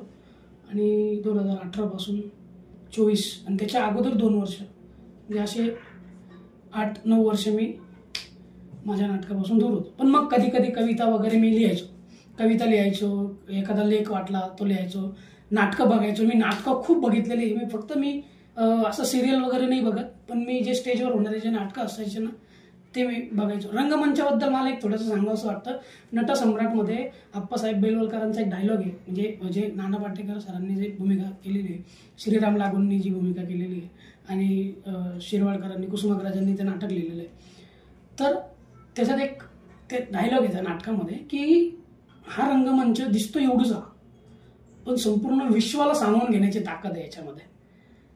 तर ते विश्वच आहे आमचं कलाकार लोकांचं. पण मग कुठेतरी मला माझ्या म्हणजे आपण म्हणतो ना की मायाजाळ जे असतं, माया असते एखादी, तर त्या मायेकडे मला जावं लागलं आणि माझा विश्व माझ्यापासून. पण आता तुला चांगलं वाटत असेल कारण तू आता पुन्हा नाटक केलंस एक, आणि त्या नाटकामुळे तुला थोडंसं परत म्हणजे तुझ्या कलेकडं प्रॉपर पद्धतीने जाता आलं. बरोबर. आणि तुला परत म्हणजे तू परत आलाय रुळावर असं म्हणायला काय हरकत नाही. रुळावर नाही म्हणता येणार, पण माझं समाधान आहे की मी नाही काही ठीक आहे. माझ्या दृष्टीने नशीबवान तोच व्यक्ती आहे जो आपल्या कलेतून पैसा कमवतो आणि आपल्या घरच्यांना पोचतो. तो माझ्या दृष्टिकोनात तो सगळ्यात नशीबवान माणूस आहे. पण ते नशीब माझं अजून कुठेतरी उघडायचं आहे. मी अजून माझं काम करतोय, पण ते काम त्याचा पण आपण आदरच करतो कारण त्याच्यात आपलं घर चालतं. आणि तू ते बोलला ते खरंच चांगली म्हणजे ती लाईन मला आवडली. जो कलाकार त्याच्या कलेतून घर चालवतो त्याच्यासारखा नशीबवान व्यक्ती या जगाच्या पाठीवर दुसरं नाही. बरोबर आहे. कारण ती त्याची आवड राहते, ते तो त्याच्यातूनच करतो. आता भले कला काहीही असो, आता जसं तुला एखादे एडिटिंग वगैरेची आवड आहे, कुणाला अजून काही असतं, कुणाला गाडी चालवण्याची आवड असते, कुणाला क्रिकेटची आवड असते, या गोष्टी आहे. बरं कारण आता लास्ट शेवटची फरमाईश म्हणजे विनंती व समज, तू ती कविता ऐकवलेली होती मला कलाकारावर, आणि तू एक कलाकार आहे, कला सादर कर आणि मी कंटेंट काढायचं काम करतो. ती कविता मी सादर करू आता. नाही कारण आता आपला ऍक्च्युली मंच आपला कलाकाराच्या कला सादर करण्यावर बरोबर, आणि कलाकाराचा विषय कलाकारावर कविता आहे म्हणजे कलाकार या विषयावरच कविता आहे, तर मग काय हरकत आहे. बरं, मी परत एकदा शब्द पुढे मागे नको व्हायला बघा. तसं ही जी कविता तू बोलला, तुला ऐकवलेली अगोदर, मी परत एकदा ऐकवतो. तर कवितेचं नाव आहे आतला कलाकार मला स्वस्त बसू देत नाही. आणि ते खरंच नाही बसू देत. तर काही ना काही उठारेटा चालूच असतं. तर कवितेची सुरुवात अशी आहे की जमीन माझी मायभूमी, जमीन माझी मायभूमी, तिच्या वाट्याला मी नाही. कलाकारीच्या नादानं गेला, घरात चाटाया भाकर नाही. आई बाप कष्ट करी, घरात दिसू येत नाही. स्वतः जावं कसाया, तर ह्यो कसू देत नाही. स्टार व्हायचं स्वप्न आहे, स्टार व्हायचं स्वप्न आहे. सारखा सारखा म्हणत राहतो. यशाच्या आशेने काम करतो, अपयशाने कणत राहतो. वाढत चालल्या दारावर सावकाराच्या वाऱ्या, वाढत चालल्या दारावर सावकाराच्या वाऱ्या. बाप पाहतोय पैक तिकडं, हिंडतोय गावात साऱ्या. लाज वाटावी या कर्तृत्वाची, लाज वाटावी या कर्तृत्वाची, पण ह्यो लचू देत नाही. शिव्या देतेच भावकी सारी, पण हा ठसू देत नाही. कलेशिवाय कुठलीच बाप मनात वस्ता बसू देत नाही. आतला कलाकार मला स्वस्त बसू देत नाही. व्यथा मांडावी कशी माझी, व्यथा मांडावी कशी माझी, मला बोलूच देत नाही. गूढ माझ्या मनीचे हा खोलू देत नाही. झेलाव्या म्हणतो टीका जगाच्या, झेलाव्या म्हणतो टीका जगाच्या, हा झेलू देत नाही. व्यर्थ टीकांचे ओझे मला पेलू देत नाही. काम नाही धंदा नाही, सारखा कलेत बागडत राहतो. काम नाही धंदा नाही, सारखा कलेत बागडत राहतो. कलेच्या जोरावर नशिबाचे ताळे कसे उघडाल पाहतो. खुलले नाही अजून बंदच, खुलले नाही अजून बंदच, पण हा रुसू देत नाही. घाम आलेल्या माथ्यावरचा पुसू देत नाही.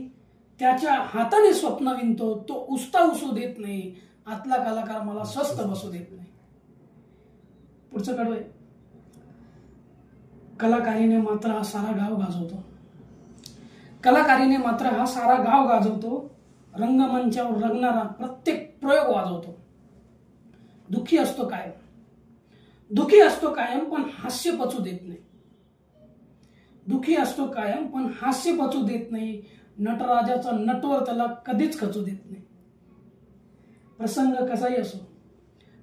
कसाही असो तो सराईतपणे करतो. प्रेक्षकांच्या टाळ्यांमध्ये आपले घरदार हरतो. प्रेक्षकांसमोर मात्र कलेला तो फसू देत नाही. टाळ्यांशिवाय कुठलाच नाद अंगात घुसू देत नाही. आतला कलाकार मला स्वस्त बसू देत नाही. पुढे शेवटचं कडवं आहे. पण एक दिवस येतो त्याचा साऱ्या जगात चमकतो. कलेने दिलेली स्वप्नपूर्ती तो घरोघरी दाखवतो. मागे वळून बघता त्याला फक्त त्याचा प्रवास दिसतो. रस्त्यात सुटलेल्या हातांना एकदा सहवास सहज पुसतो. शेवटी त्याचा हट्ट त्याला नीट जगू देत नाही. स्वप्नपूर्तीची ही झेप त्याला झोपू देत नाही. 24 तास काम असतं. पैसा मोकार मिळतो. आई बाप्पा सकट गोडधोड आनंदात गिळतो. कष्टाचे दिवस संपले त्यांचे, घरात मीच दिसत नाही. आतला कलाकार. कष्टाचे दिवस संपले त्यांचे, आता घरात मीच दिसत नाही. आणि आतला कलाकार मला स्वस्त बसू देत नाही. खूप खूप छान कविता होती कारण. आणि तुला एक सांगू का, ही जी तू कविता रचली ना, प्रत्येक कलाकार रिलेट करत असणार आहे स्वतःच्या लाईफ थोडीशी काय आहे ना, आहे का नाही? आणि कलाकाराचंच लाईफ. हा नाही खरंच. पण तू जे शेवटचं कडवं बोलला ना की एक दिवस त्याचा चमकतो. होतोच तो होणार प्रत्येकाचा. नक्की आणि खरंच होणार. आयुष्यात आपण आलेलो ना तो चमकण्यासाठी आणि एक दिवस नक्की येणार, नक्की चमकणार, काही विषय नाही. ह्या कवितेने थोडं वातावरण असं हे झालं, स्थिरावलं नाही. तर तो जो आधीचा जोश आहे ना तो परत आणण्यासाठी एक शिवरायांवर आपण छोटीशी गर्जना करू आणि आपल्या आजच्या कार्यक्रमाला आपण इथे थांबवू. आणि थोडक्यात छत्रपती शिवाजी महाराजांचं नाव घेऊन आपण आपल्या कार्यक्रमाची सांगता करू काय विषय. चलो मग आता एकदा छत्रपती शिवाजी महाराजांचं नाव घेऊया. बोला छत्रपती शिवाजी महाराज की जय.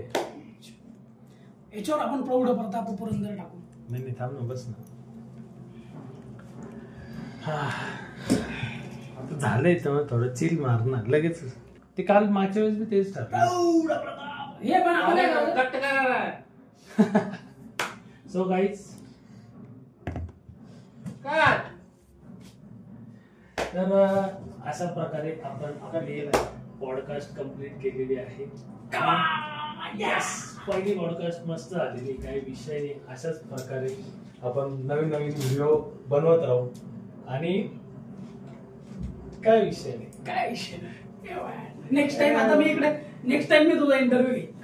कलाकार आपल्या सोबत असताना आपल्याला कंटेंटची नाही, तुझ्या कवितेची शेवटची आहे. आणि तोच कलाकार आपल्या सोबत असताना आपल्याला कसलीच भीती नाही. कुठली तुझी कवितेचं शेवटचा कुठल्या कवितेचं स्वस्त बसू देत नाही. कलाकार आपल्या सोबत आपल्याला कसलीच भीती. आपल्याला कसलीच भीती. काय विषय नाही.